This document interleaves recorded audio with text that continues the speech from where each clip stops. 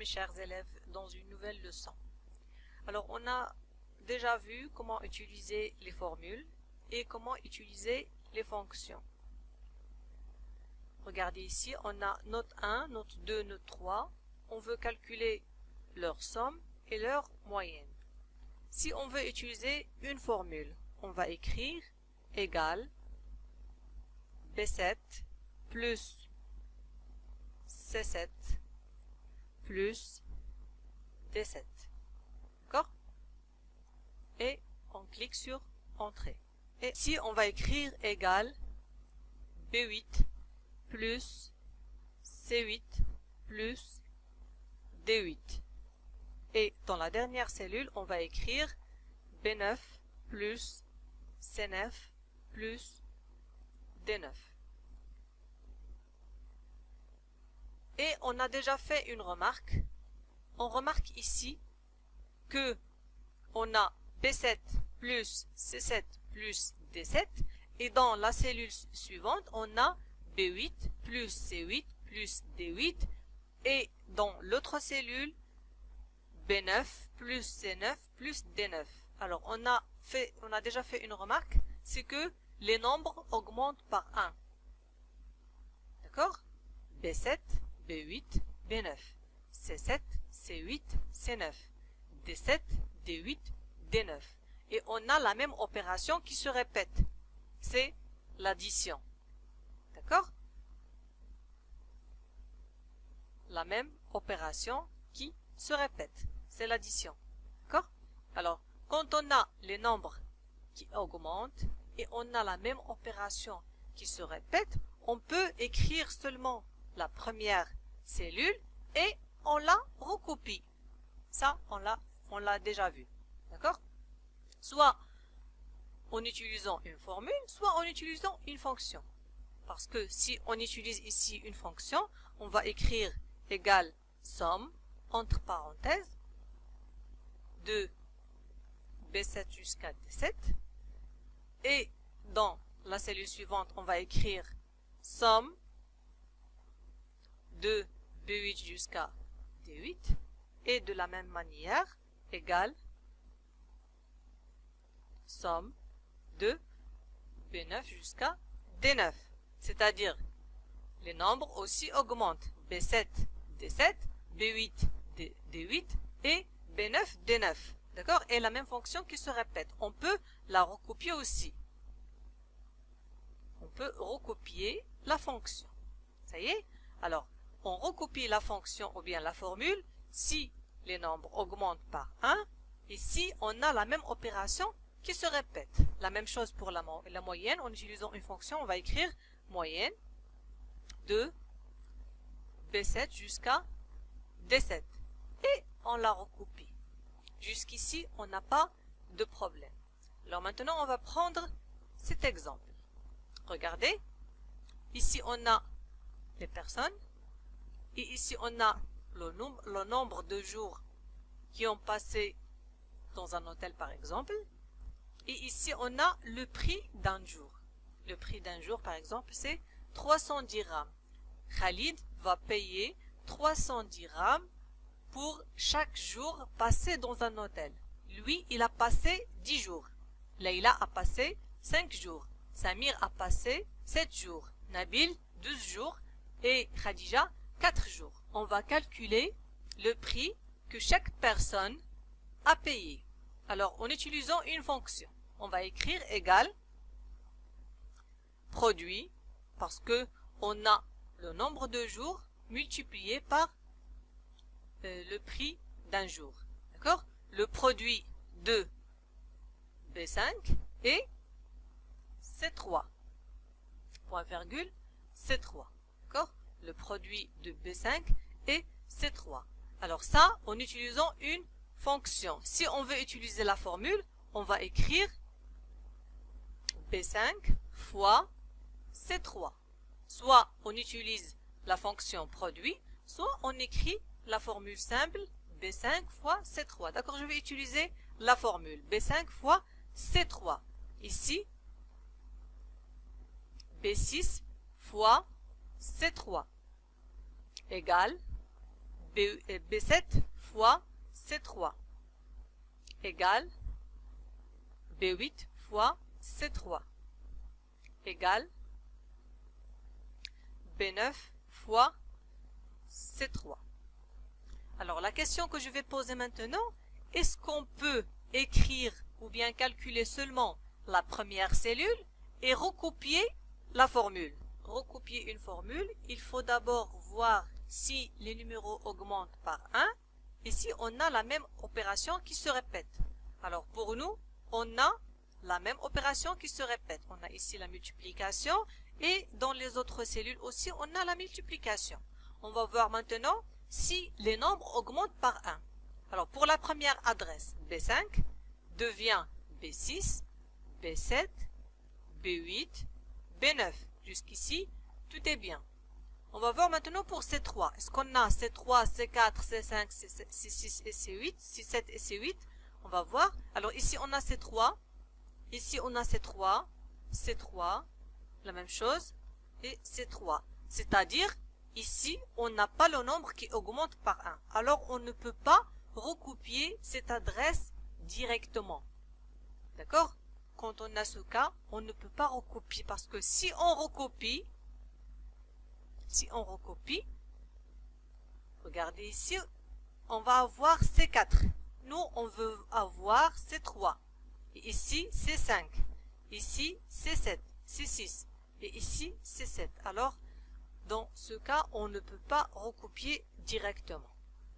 Alors, dans cette leçon, on va voir ce qu'on appelle une adresse relative, une adresse relative, c'est-à-dire une adresse qui change de valeur quand on la recopie, comme on a vu dans l'exercice 1. Regardez, B7 et D7, on dit que ce sont des adresses relatives, parce que quand on les recopie, ils changent. B7 devient B8, devient B9, et D7 devient D8, devient aussi D9. D'accord? Ce qu'on appelle une adresse relative. L'adresse relative, c'est une adresse qui change de valeur quand on la recopie. Le deuxième type des adresses, c'est ce qu'on appelle une adresse absolue. Absolue, c'est-à-dire fixe. Elle doit être fixe. Il doit être inchangeable, qui ne change pas de valeur quand on la recopie. Comme ici, on a C3. C3, c'est une adresse fixe. On a le même prix pour toutes les personnes. 310 dirhams pour toutes les personnes. Chaque personne va payer 310 dirhams le prix d'un jour. Ça y est, C3 ne doit pas changer. Alors, pour que C3 ne doit pas changer, il faut la fixer. D'accord? Pour fixer une adresse, on lui ajoute un signe. D'accord?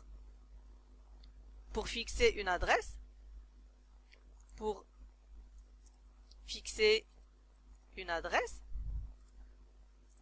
on ajoute le signe $. D'accord? On ajoute le signe $. On ajoute ce signe. D'accord? Alors ce signe, on l'ajoute avant la ligne ou bien avant la colonne qu'on veut fixer.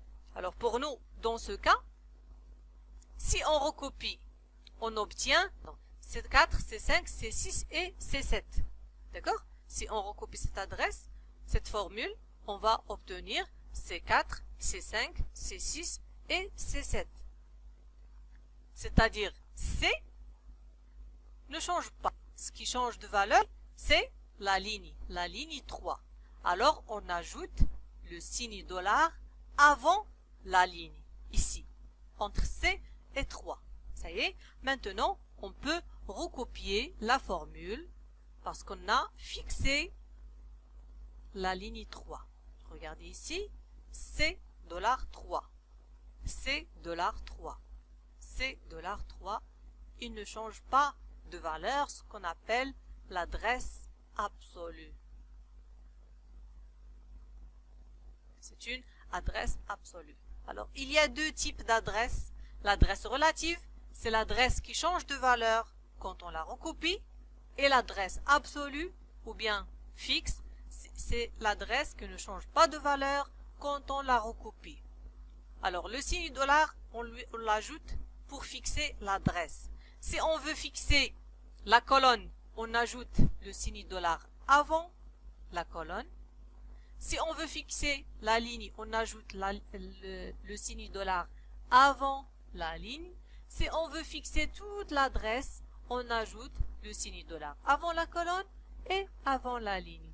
D'accord? Alors je vous laisse avec cet exercice.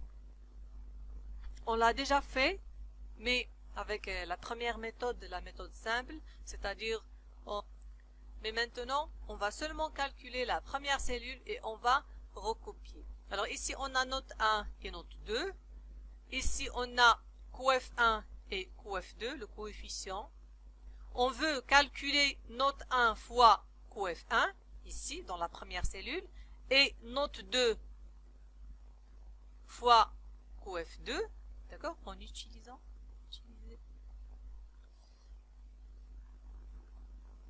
D'accord? Alors, on veut calculer note 1 fois coef 1 et note 2 fois coef 2 dans les premières cellules. Puis, on va recopier. Ça y est, on va recopier.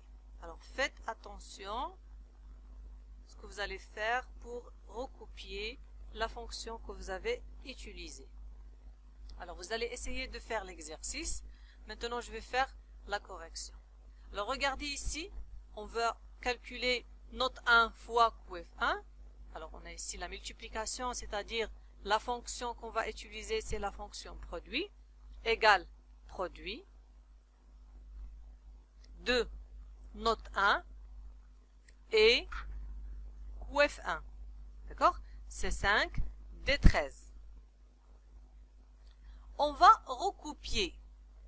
Si on recopie, regardez ici, des 13, c'est le coefficient. On remarque que le coefficient est fixe pour toutes les notes. Pour toutes les notes, note 1. D'accord?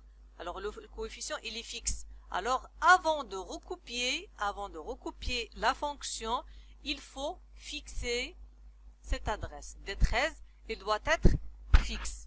Alors pour le signe dollar, vous le trouvez à côté de la touche entrée. D'accord? Je vais vous le montrer. Regardez. Voilà le clavier. Alors le signe dollar, il est ici à côté de la touche entrée. Alors regardez ici. Voilà. On va mettre le signe dollar entre D et 13. Voilà le signe dollar. Il est à côté de la touche entrée. Comme ça. Voilà. Maintenant, on va recopier notre fonction. Voilà. 13 fois 2, 26. 14 fois 2, 28, etc. Alors, la même chose ici, on va écrire égal produit, entre parenthèses, la deuxième note, et le coefficient. Mais le coefficient, on va le fixer.